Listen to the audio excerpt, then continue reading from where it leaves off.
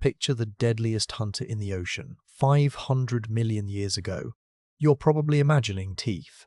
A fish, maybe a shark, something with a jaw and a cold black eye, but you'd be wrong on every count. For the first 100 million years that anything hunted anything in the sea, no fish sat on that throne, and sharks hadn't shown up yet. The great white of its day was closer to a shrimp, and the sea monster that took the crown after it was a cousin of the squid. 2 dynasties ruled the ocean before vertebrates were even invited. Let's set the scene because the scale of this is easy to miss. Roll the clock back to the Cambrian, around 508 million years ago. There's no grass because there are no plants on land at all. There are no fish worth the name, no bones, no backbones, nothing you'd recognize as a face. The land is bare rock and mud, silent and empty. All the action, all the life is underwater. And the water is having a moment. Biologists call it the Cambrian Explosion, the stretch of deep time when animal body plans went from almost nothing to almost everything in a geological blink. Eyes, guts, legs, shells, the whole toolkit of being an animal shows up here for the first time. And the moment you have prey, you have the thing that eats prey. Somebody has to be at the top of that food web. Somebody has to be the apex predator, the animal that nothing else is big enough or fast enough to hunt back. And this is where our modern instincts lie to us. When you imagine the top of an ancient food chain, your brain reaches for a vertebrate, because that's who's on top today. Killer whales, great whites, us. But vertebrates were nobodies in the Cambrian. They were tiny, jawless, soft little swimmers hiding down at the bottom of the menu, more snack than threat. The throne belonged to the animals without backbones, and it stayed in their hands for well over 100 million years. 2 dynasties, back to back. The first was a distant arthropod cousin. The second was a mollusk, and there wasn't a single fish among them. Let's meet the first king. Its name is Anomalocaris, and the name is a joke that stuck. It translates roughly as odd shrimp, or unlike other shrimp. Paleontologists sometimes just call it the weird shrimp from Canada, and honestly that's the friendliest thing about it. But there's a catch. It wasn't a shrimp, it wasn't a crab, it wasn't a lobster, it wasn't an insect, it wasn't anything you could point at behind the glass of a seafood counter. The shrimp part of the name is a mistake, and it's one of the best mistakes in the history of paleontology. We'll get to how that mistake happened, because it's a proper detective story, and it took nearly a century to untangle. But first, the animal itself. Imagine something built like a cross between a cuttlefish and a bad dream.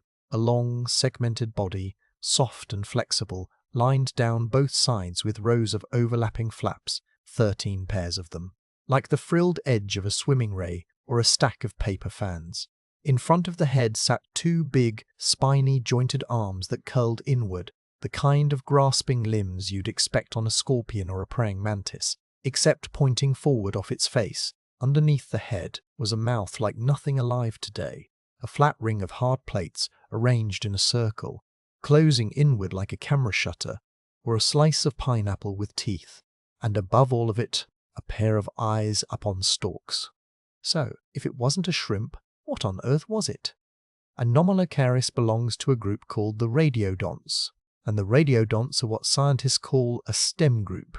Think of the arthropods, the wildly successful backbone-free animals that today include every insect, spider, crab, and centipede on the planet, as one enormous family tree. Radiodonts aren't out on the leafy branches, they're down near the roots, an early offshoot from the same lineage that would eventually produce true arthropods, but splitting off before all the familiar features locked into place. In plain terms, Anomalocaris is a great uncle of the arthropods, not a direct ancestor.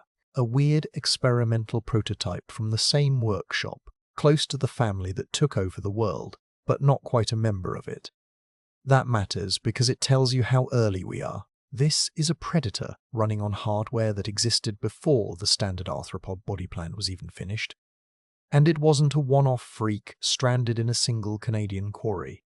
Its relatives turn up all over the early world. The richest fossils come from the Burgess Shale, high in the mountains of British Columbia, but close cousins have been dug out of the Chengjiang beds in China, out of Australia, out of Greenland, out of the United States. This was a whole guild of these predators, spread right across the Cambrian Ocean, and Anomalocaris was the biggest and most famous of them. And the radiodonts weren't all killers, which tells you how versatile the body plan really was. Some cousins in the same group went the exact opposite direction, swapping the grasping arms for feathery rakes and turning into gentle giant filter feeders, straining tiny plankton out of the water like a whale shark with an identity crisis. Same basic blueprint, wildly different lifestyle. But the branch we care about kept the arms, kept the eyes, and used both to hunt. About that word biggest, because it badly needs an asterisk. When you hear apex predator and largest animal of its era, the temptation is to picture something the size of a car. Rein that in. A large Anomalocaris measured maybe 60 centimeters, about 2 feet, nose to tail. A few of its relatives may have pushed toward a meter. That's the whole animal. It's the length of a house cat stretched out, or a decent salmon. Why would anyone call this thing the great white shark of its world? Because of everything around it. In the Cambrian, nearly everything was small. We're talking creatures measured in millimeters and centimeters, trilobites the size of a coin, worms, little armored oddities scuttling through the mud. Drop a 2-foot hunter with grasping arms into a seascape where dinner is usually smaller than your thumb, and you don't need to be shark-sized to be terrifying. You just have to be bigger than everything that's afraid of you.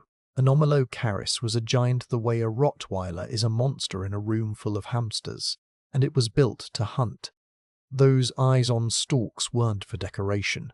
Anomalocaris had some of the earliest complex compound eyes we know of anywhere in the fossil record, and they were serious pieces of equipment, packed with thousands of tiny lenses, the same basic design a dragonfly uses to pluck prey out of the air today. In a world where plenty of animals could barely tell light from dark, this thing could see, and see sharply. And it swam by sending waves down those rows of side flaps, one after another, a rippling motion that rolled along its body like wind moving through a wheat field. That's not a build for smashing and bulldozing. It's a build for control, for hovering and turning and lining up a strike with precision.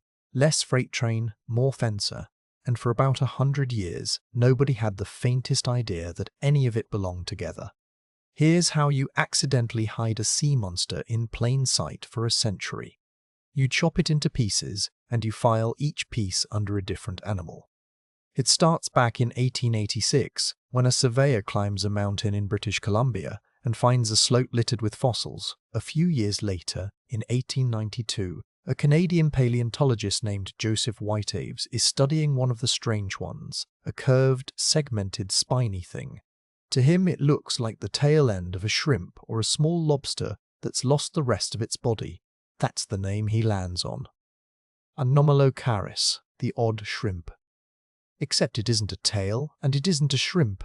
It's one of those grasping arms, torn loose from an animal nobody had reconstructed yet. Whiteaves was holding a severed hand and describing it as a whole creature. Now jump to 1911. Charles Walcott, the man who made the Burgess shale famous, gets hold of that strange ring-shaped mouth, the circle of plates. He looks at this flat, round, pineapple slice of a thing and decides it's a jellyfish. He gives it its own name, Patoya, and files it away in the drawer marked jellyfish. Somewhere else, another fossil surfaces a smooth oval body with flaps along the sides, and it gets read as a sea cucumber, or maybe a squashed sponge, and it gets its own name too, Lagania. There's a reason it kept happening, by the way.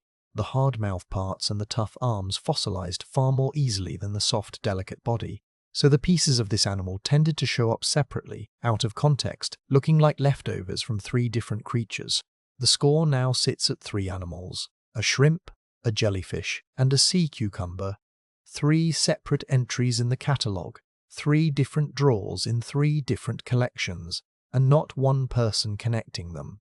For decades that's how it stood.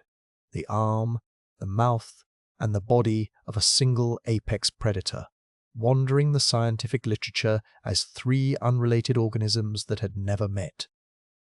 The fix arrived in the early 1980s, and it arrived by accident, which is usually the best kind. A paleontologist named Harry Whittington was carefully preparing a Burgess shale fossil chipping away the thin layers of rock with a fine needle to see what lay underneath. As he cleared the stone, two of the shrimp things appeared, still attached, right at the head of a much larger body. And that body had the jellyfish sitting inside it like a mouth. The shrimp wasn't a shrimp. The jellyfish wasn't a jellyfish. They were the arms and the mouth of one large animal, the pieces clicking together under his needle like a puzzle solving itself in the rock. Whittington and his colleague Derek Briggs published the full reconstruction in 1985 in a paper whose title practically drops the mic. The largest Cambrian animal, Anomalocaris. 3 phantom species collapsed into one very real predator.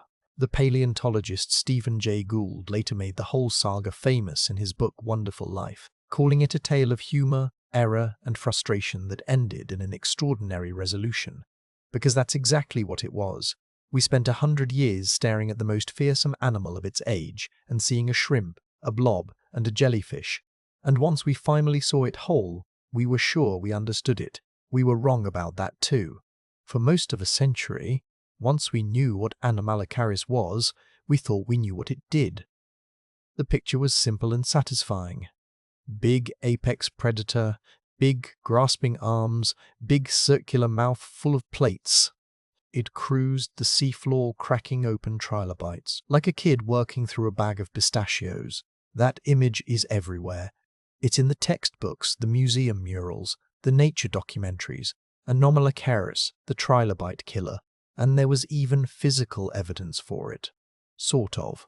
Paleontologists kept turning up trilobite shells with chunks bitten out, healed scars and crushed segments, and Anomalocaris was the obvious suspect. Case closed. Then in 2023, a team led by a researcher named Russell Bicknell decided to put it to the test, and the whole tidy picture came apart.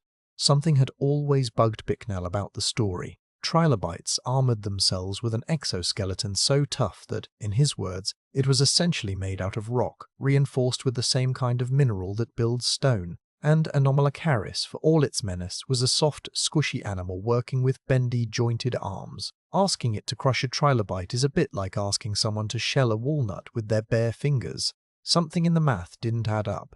His team built the arm again, digitally. They took the beautifully preserved Burgess Shale fossils and made a full 3-dimensional model of one of those grasping appendages. Then they ran it through the kind of engineering software you'd use to stress test a bridge or an aircraft wing. Finite element analysis to find out where the arm would bend and where it would snap under load. Computational fluid dynamics to see how it moved through water. They even studied living whip scorpions and whip spiders, animals with segmented grabbing front limbs, to learn how a jointed arm like that actually flexes and extends in the real world. The results were brutal, and not for the trilobites. When they simulated Anomalocaris clamping down on hard, armored prey, the model showed the animal's own arms taking the damage. The stresses piled up in all the wrong places. Grab something as tough as a trilobite over and over, and you don't crack the trilobite. You wreck your own limbs. But when that same arm reached for quick, fleshy prey out in open water, it worked beautifully. It could stretch, flex, and snatch all day long, no problem at all. The great trilobite killer probably wasn't much of a trilobite killer. Not a bottom-feeding tank grinding through armor, but a fast, agile hunter chasing soft-bodied prey through the open water column, using those big eyes and that rippling swim to run things down. Built for soft prey and speed, as the study's own title put it, the arm was still a grabbing weapon, just never a nutcracker. As Bicknell framed it, the old assumption treated the whole Cambrian seafloor as a smorgasbord, with these predators taking whatever they liked, when the real picture was far more tangled. Even 500 million years back, the food web had rules, one of the most famous predators in the history of life, and we've been drawing it wrong for 100 years. And there's a bigger consequence hiding in all of this, one that reaches well past this single animal. If you're a small Cambrian creature, and suddenly there's a fast, sharp-eyed hunter in the water that can chase you down, you've got a problem to solve. The ones that solved it, the ones that grew a shell or a row of spines, or the ability to burrow deeper into the mud, those are the ones that lived long enough to breed. The soft and the slow got eaten. Pressure like that, applied for millions of years, works like a design department. It's thought to be one of the engines that drove the Cambrian explosion itself, that mad burst of armor and weaponry and hard body parts. Predators like Anomalocaris didn't just sit at the top of the arms race, they may have helped start it. The reason so much of early animal life bristled with shells and spikes might partly be the long shadow of a 2-foot predator that turned out not to be a shrimp at all. That's Dynasty 1, an arthropod's strange cousin, lording it over a world of miniatures for the better part of 40 million years. But no throne stays warm forever, and the animal that claimed it next was bigger, stranger, and wrapped in a shell longer than you are tall. Fast forward, the Cambrian gives way to the next chapter of deep time, the Ordovician, and the ocean has changed. Life has spread out and scaled up. There are proper reefs now, built by strange early corals and sponges. There are forests of sea lilies swaying on the seafloor, swarms of trilobites in every size, and armored jawless fish finally starting to appear, though they're still small and still very much on the menu. The shallow tropical seas that ring the ancient continents are warm, crowded, and productive. If the Cambrian was life figuring out how to be an animal, the Ordovician is life getting good at it, and into these warm, crowded seas comes a brand new kind of monster. Not an arthropod's cousin this time. This one is a mollusk, a member of the same class of animals as the octopus, the squid, the cuttlefish, and the pearly nautilus, the cephalopods.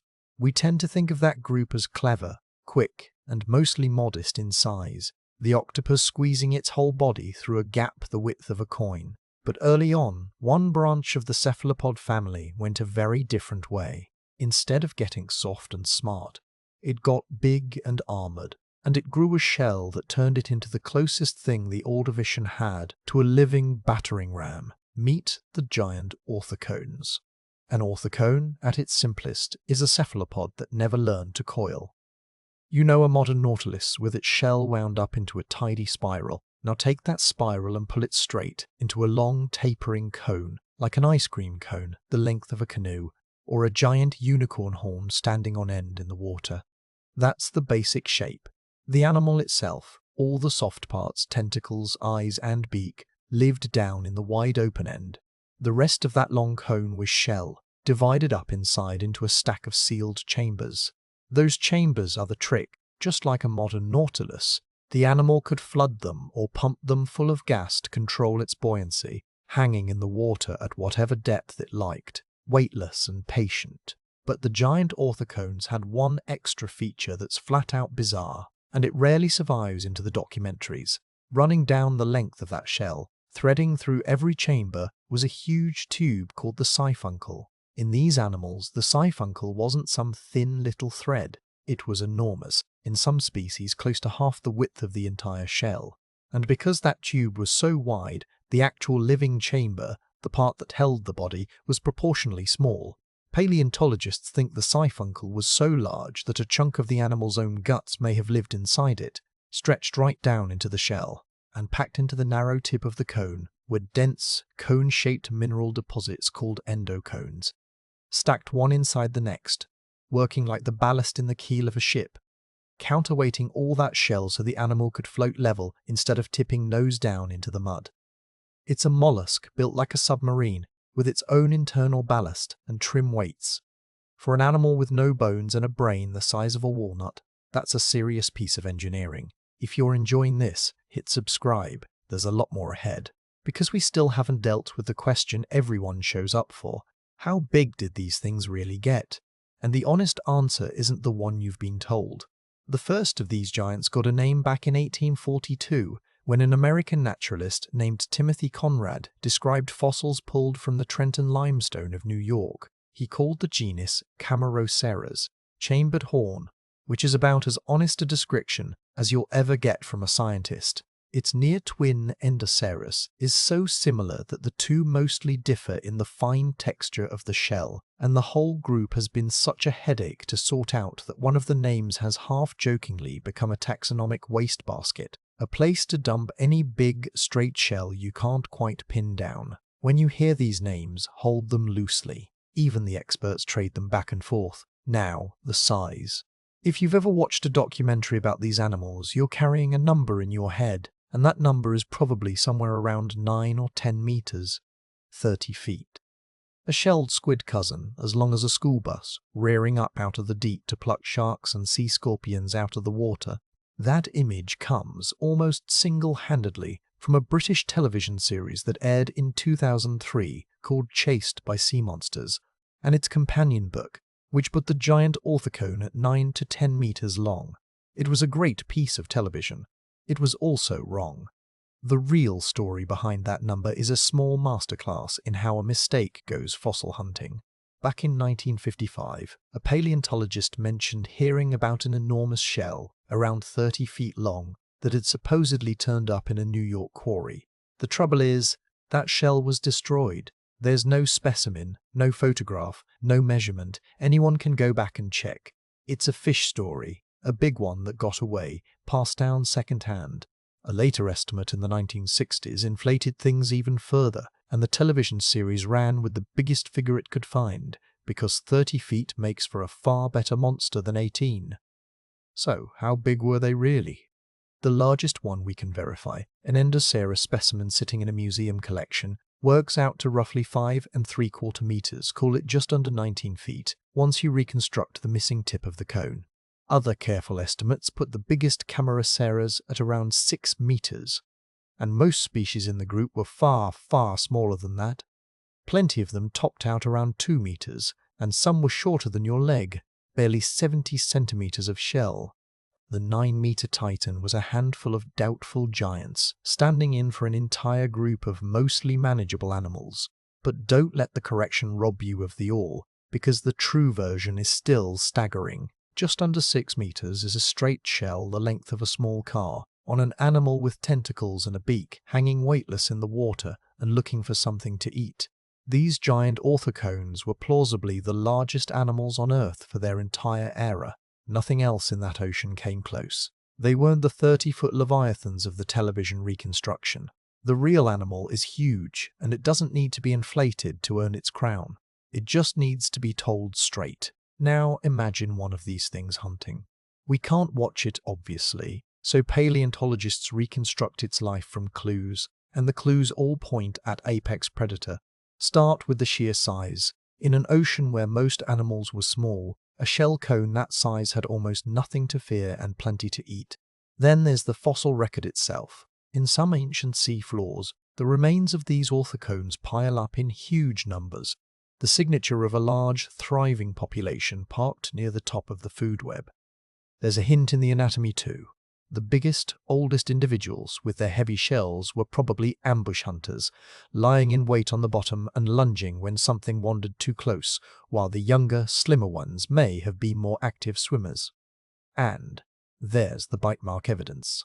This is my favorite detail in the whole story because it's a crime scene frozen in stone.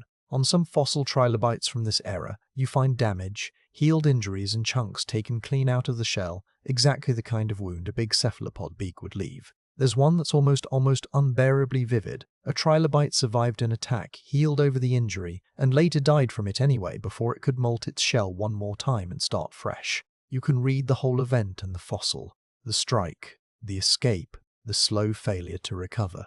The giant orthocone left its signature, and the trilobite carried that scar all the way to the grave. But the strange part is this. This apex predator probably couldn't see very well. Modern nautiluses, its distant relatives, get by with a primitive eye, little more than a pinhole camera with no lens at all, and the giant orthocones likely had something similar. So how do you rule the ocean half-blind? You smell. These animals are thought to have had a keen sense of smell, tracking prey through the water by scent, the way a shark follows a ribbon of blood. They cruised low, down near the bottom, and they seem to have tolerated the stale, low-oxygen water down there that would have pushed most other animals up toward the light. A patient, drifting, scent-guided hunter, floating over the seafloor on those buoyancy chambers, reaching down for trilobites and smaller cephalopods and anything soft enough to swallow whole. And they weren't completely alone up there. Sharing that same rung near the top were the eurypterids, the sea scorpions, some of which grew to monstrous sizes of their own. The Ordovician ran on two entirely separate flavors of nightmare, both of them invertebrates. Still no fish in charge, and still no shark anywhere in sight. So what happened to them? Why isn't the ocean still ruled by giant shelled squid cousins with submarine ballast and an excellent nose? The end came at the close of the Ordovician, around 444 million years ago, during one of the harshest catastrophes life has ever endured. It's called the Late Ordovician Mass Extinction, and it sits among the Big Five, the handful of times Earth came within a hair of wiping the slate clean. The climate lurched hard, ice sheets grew, sea levels crashed, the shallow tropical seas these animals depended on drained away, and the whole thing swung violently back the other way. It struck in two separate pulses, not one clean blow. By the time it was over, something like 85% of marine species were gone. Not 85% of individuals. 85% of species, entire kinds of animal erased from the planet forever. The giant orthocones got hit hard, and the true giants never came back. Smaller cephalopods survived, coiled themselves up, and carried the lineage forward toward the nautilus and eventually the squid and octopus we know today. But the age of the giant straight-shelled ruler was finished. The second dynasty was over, and this time no invertebrate stepped up to take its place. The throne was about to change hands for good. Let's add it all up, because this is the part that should rearrange the picture in your head a little. For the entire first stretch of the ocean's history, for more than 100 million years of predators eating prey, the animal at the very top was never once a fish. The first apex predator we can name was Anomalocaris, a soft-bodied cousin of the arthropods, a distant elder of the insects and the crabs, ruling a world of miniatures with its grasping arms and its dragonfly eyes. The second was a giant orthocone, a mollusk, a shelled relative of the squid, drifting above the seafloor in its own ballast, hunting by smell. An arthropod's cousin, then a mollusk. Two dynasties in a row, and not one backbone between them. Only after all of that did the vertebrates finally get their turn. First came armored fish called placoderms that evolved real jaws, biting down for the first time in the planet's history. Then came the sharks. Then, much later, the great marine reptiles, the ichthyosaurs and the pliosaurs and the mosasaurs. And finally the whales, warm-blooded mammals that walked back into the sea and became the largest predators the world has ever produced. That's the lineage we all picture when we think ocean predator. But every one of them showed up late, a long line of tenants who moved into a house that two invertebrate dynasties had already built. One quick thing, because someone always asks, this is not the story of Megalodon. That giant shark everyone loves came and went in just the last 20-odd million years, hundreds of millions of years after these animals were dust. It's no one's heir. There's no secret bloodline running from a Cambrian shrimp thing to a mollusk to a shark. These are separate stories that happen to share a throne, nothing more. And one last honest note, because it matters. Every animal in this video is extinct, completely and permanently. There's no giant orthocone lurking in some unexplored trench, no Anomalocaris caught on a deep-sea camera, no ancient monster still out there in the dark waiting to be rediscovered. The wonder here doesn't need a cryptid or a legend to prop it up. It's the real thing. These animals lived, they ruled, and they vanished, and the plain facts are strange enough on their own. The ocean's first two kings were an oddball shrimp that wasn't a shrimp, and a squid the size of a canoe wrapped inside a horn of solid shell. You couldn't make it up. The good news is you don't have to. So the next time you spot that classic museum mural, the one where Anomalocaris is crunching a helpless trilobite like a between-meal snack, you'll know the real story is stranger and better. It was a speed hunter that would have wrecked its own arms on that shell, and it ruled the ocean anyway. And the giant orthocone painted next to it was enormous, just not the 30-foot sea monster the television sold you. The truth turned out to beat the myth, which is usually how deep time works. The deeper you dig, the weirder and more wonderful the honest answer gets. There's a whole ocean of these stories, every one of them true, every one of them stranger than the last. I'll see you in the next one. when we go hunting for the next animal that broke all the rules.